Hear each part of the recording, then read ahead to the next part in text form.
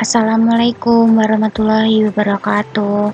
Perkenalkan, nama saya Tiara Ayu Asmaharani Putri dan teman saya Zaratun Nur Humairah.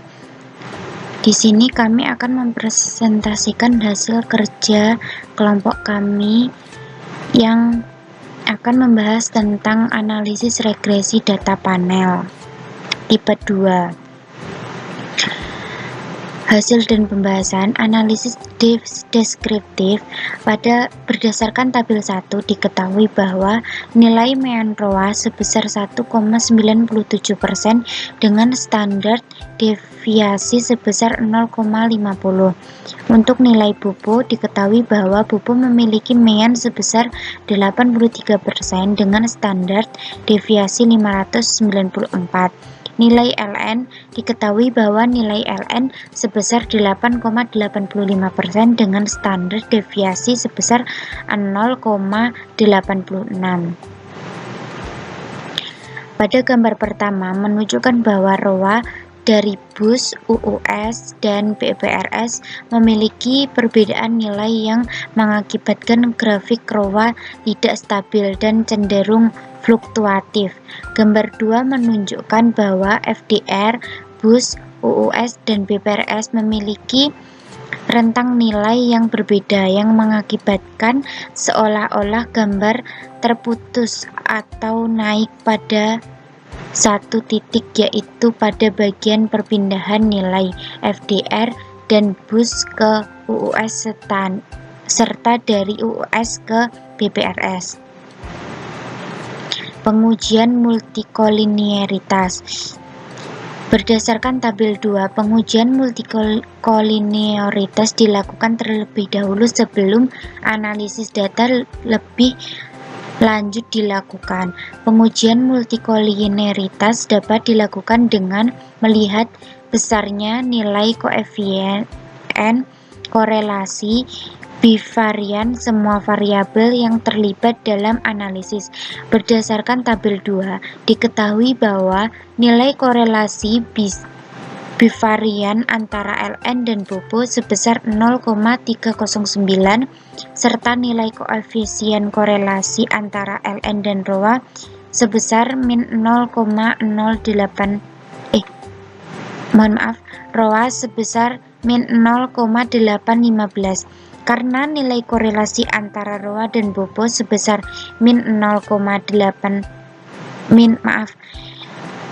Karena nilai korelasi antara ROA dan BOPO sebesar -0,581 kurang dari 0,8 serta kurang dari korelasi antara LN dan BOPO, maka pada kasus ini tidak terjadi kasus multikolinearitas. Pemilihan model terbaik. Pada analisis regresi data panel, pemilihan model terbaik dilakukan dengan menggunakan 3 penguji, yaitu uji LM, uji Chow, uji Hausman yang ditunjukkan pada tabel 3, tabel 4, dan tabel 5. Uji CHEM, uji LM, CHEM vs RAM. Berdasarkan tabel 3 menunjukkan hasil pengujian Lagrange multiplier. Pada tabel tersebut diketahui bahwa nilai Bruce Pagan atau cross section memiliki nilai prop sama dengan 0,0001. Nilai ini digunakan untuk membandingkan model CHEM dan model RAM untuk adanya perbedaan slope dan intercept pada individu. Hipotesis pada pengujian LM sebagai berikut. H0. Model CHEM lebih baik dibandingkan model RAM. HA. Model RAM lebih baik dibandingkan model CHEM. Karena nilai prop sama dengan 0,0001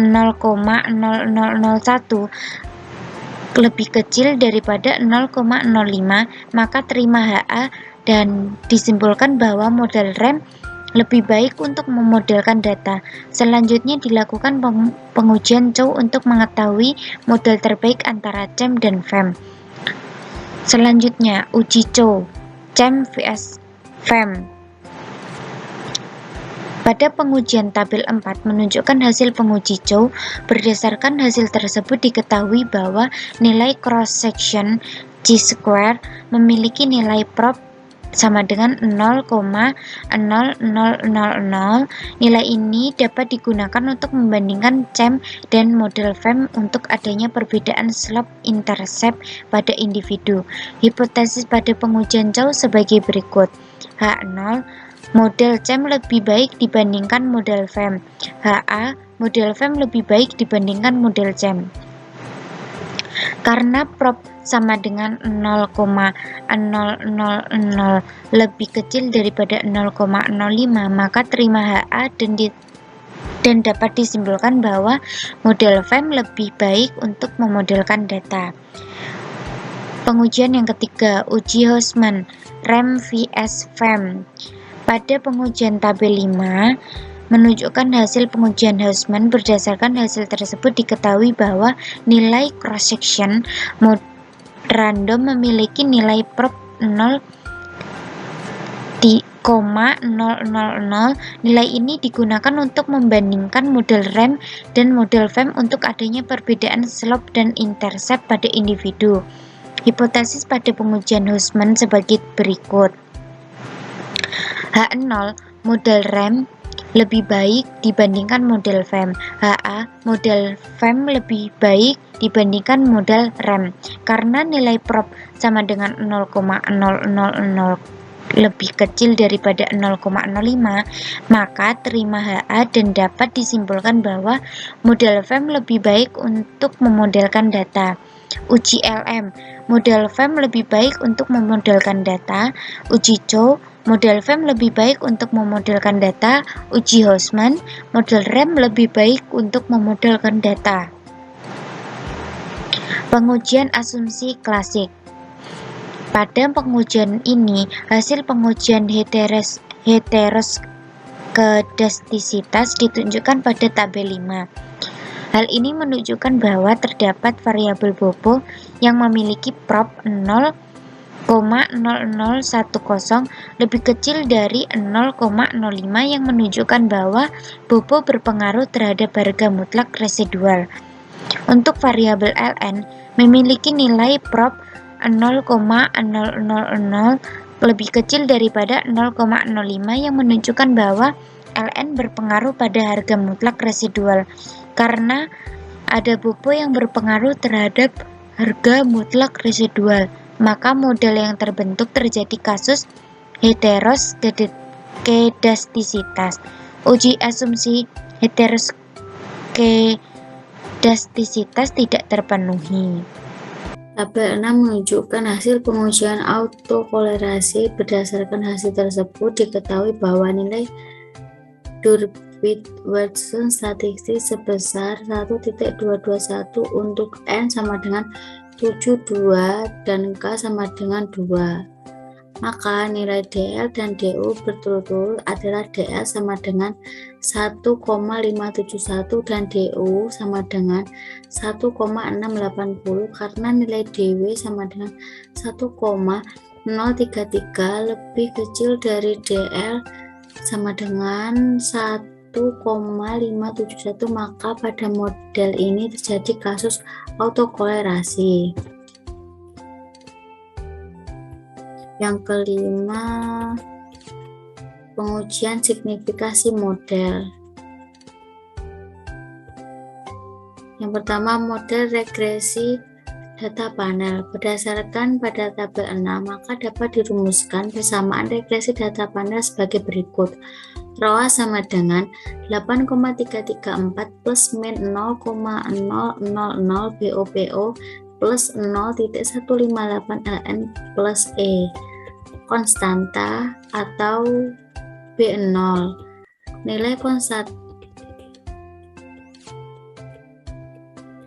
konstanta atau B0 sebesar 8,334 menunjukkan bahwa apabila variabel BOPO dan LN 0 atau tidak ada, maka ROA adalah 8,334. Nilai ini berlaku untuk BUS dan UUS dan BPRS. Koefisien atau B1 untuk BOPO. Besarnya nilai koefisien regresi atau B1 sebesar min 0,000 dapat diartikan bahwa variabel BOPO mempunyai pengaruh yang positif terhadap variabel ROA. Artinya BOPO meningkat, maka ROA akan mengalami peningkatan. Lebih jauh dari BOPO meningkat 1%, maka ROA akan mengalami kenaikan sebesar min 0,000%. Koefisien atau B2 untuk FDR. Besarnya nilai koefisien regresi atau B2 sebesar 0,021 dapat diartikan bahwa variabel FDR mempunyai pengaruh yang positif terhadap variabel ROA. Artinya, FDR meningkat, maka ROA akan mengalami peningkatan. Lebih jauh, jika FDR meningkat 1%, maka ROA akan mengalami kenaikan sebesar 0,021%. Yang kedua,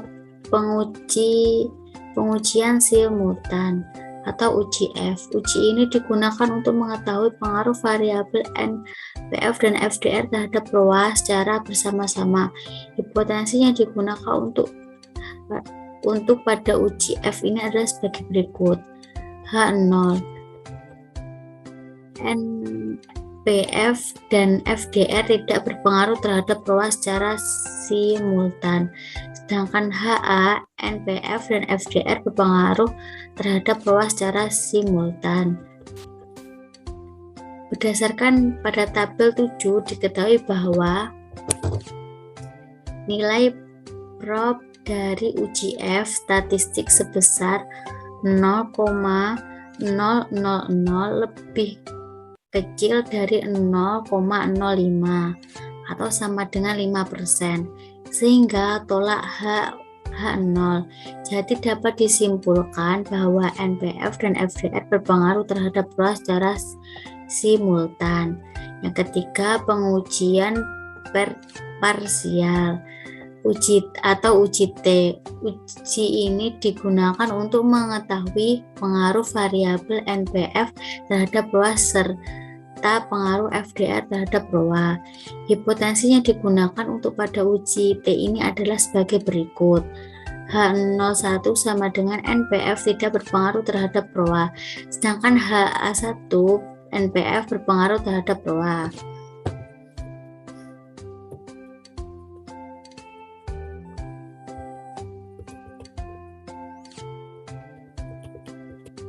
Berdasarkan pada tabel 7 diketahui bahwa nilai prop dari T statistik sebesar 0,0373 lebih kecil dari 0,05 atau sama dengan 5%, sehingga tolak H01. Jadi dapat disimpulkan bahwa NPF berpengaruh terhadap ROA. Dilihat dari nilai koefisien regresinya sebesar 0,027, artinya NPF mempunyai arah pengaruh positif terhadap ROA dan pengaruh positif yang dihasilkan tersebut signifikan.